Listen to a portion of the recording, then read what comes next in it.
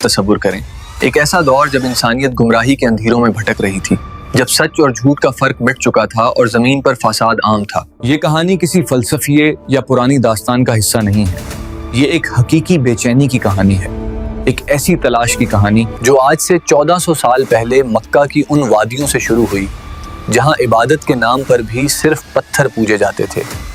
ہم بات کر رہے ہیں اس شخصیت کی جنہیں دنیا رحمت للعالمین کے نام سے جانتی ہے۔ ہمارا آخری نبی ہمارے لیے رحمت ہے اور ہماری نجات کا ذریعہ ہے۔ ہم بات کر رہے ہیں اس ایک رات کی جس نے تاریخ کا دھارا بدل دیا، وہ رات جو 1000 مہینوں سے زیادہ افضل ہے، وہ رات جب فرشتوں کا سردار زمین پر اترتا ہے۔ آج ہم اسی رات کے سفر پر نکلیں گے۔ ہم اس نور اور اس سکون کو محسوس کرنے کی کوشش کریں گے جس نے زمین اور آسمان کے بیچ ہر چیز کو بدل کر رکھ دیا۔ دل تھام لیجئے کیونکہ یہ سفر آپ کے ایمان کو ایک نئی تازگی دے گا۔ یہ صرف ایک سورہ کا بیان نہیں بلکہ اللہ کی رحمت کا وہ دروازہ ہے جو آج بھی ہر سال ہمارے لیے کھلتا ہے۔ یہ 7ویں صدی کا مکہ ہے۔ دنیا کی نظر میں یہ تجارت کا مرکز ہے، لیکن روحانیت کی دنیا میں یہ گمراہی کا گڑھ بن چکا ہے۔ جھوٹ، ظلم اور جہالت کا دور دورہ ہے۔ اسی شہر میں ایک شخص ہیں جن کی سچائی اور امانت داری کی مثال ان کے دشمن بھی دیتے ہیں۔ وہ ہیں محمد بن عبداللہ صلی اللہ علیہ وسلم۔ آپ اپنی قوم کی حالت دیکھ کر بے چین رہتے ہیں۔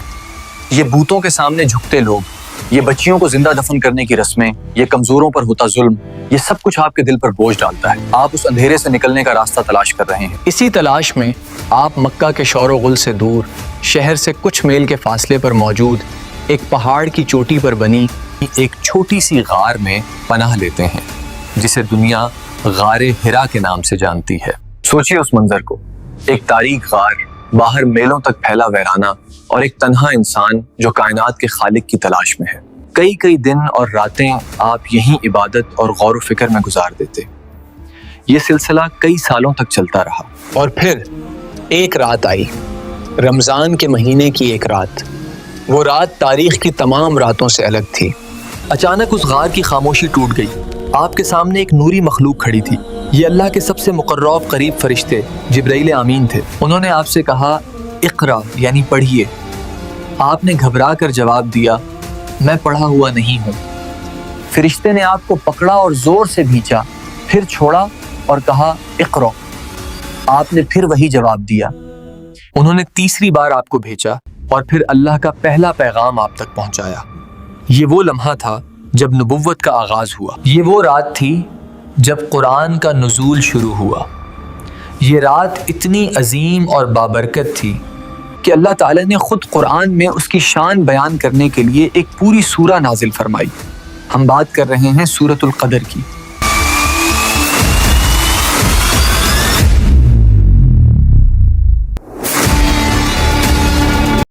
اِنَّا أَنزَلْنَاهُ فِي لَيْلَةِ الْقَدْرِ، بے شک ہم نے قرآن کو قدر کی رات میں نازل کیا، یعنی قرآن جیسی عظیم کتاب کے اترنے کے لیے اللہ نے سال کی سب سے عظیم رات کو چنا۔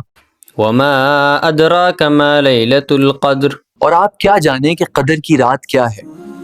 یہ سوال اللہ تعالیٰ ہم سے کر رہا ہے۔ وہ ہماری سوچ کو جھنجھوڑ رہا ہے کہ تم اپنی چھوٹی سی عقل سے اس رات کی اہمیت کا اندازہ لگا ہی نہیں سکتے۔ لَيْلَةُ الْقَدْرِ خَيْرٌ مِّنْ أَلْفِ شَهْرٍ، لیلۃ القدر کی رات 1000 مہینوں سے بہتر ہے۔ ذرا غور کیجئے، 1000 مہینے یعنی 83 سال اور 4 مہینے، ایک انسان کی پوری زندگی۔ اللہ کہہ رہا ہے کہ اس ایک رات میں کی گئی عبادت 83 سال کی عبادت سے بھی زیادہ بہتر اور بابرکت ہے۔ اس آیت کے نازل ہونے کی ایک وجہ یہ بھی بیان کی جاتی ہے کہ رسول اللہ نے ایک بار صحابہ کو بنی اسرائیل کے ایک ایسے شخص کا ذکر کیا جس نے 1000 مہینے تک اللہ کی راہ میں جہاد کیا تھا۔ یہ سن کر صحابہ کو رشک ہوا کہ ہماری عمریں تو چھوٹی ہیں، ہم اتنی نیکی کیسے کمائیں گے؟ اس پر اللہ نے انہیں اور پوری امت کو یہ سورہ تحفے میں دی کہ اگر تم صرف ایک رات پالو تو تم 1000 مہینے کی عبادت سے بھی زیادہ ثواب کما سکتے ہو۔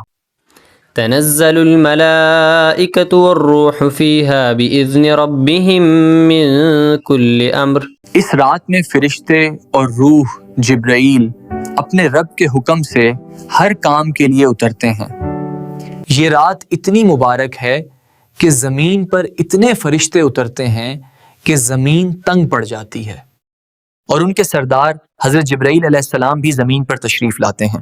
وہ ان خوش نصیبوں کے لیے دعا کرتے ہیں جو اس رات میں عبادت کر رہے ہوتے ہیں۔ سلام ہی حتی مطلع الفجر۔ یہ رات سراپا سلامتی ہے طلوع فجر تک۔ یہ رات فتنوں سے، شر سے اور ہر برائی سے سلامتی والی رات ہے۔ اس میں صرف خیر اور برکت ہے جو صبح صادق تک جاری رہتی ہے۔ رسول اللہ نے اس رات کی اہمیت بار بار بیان فرمائی۔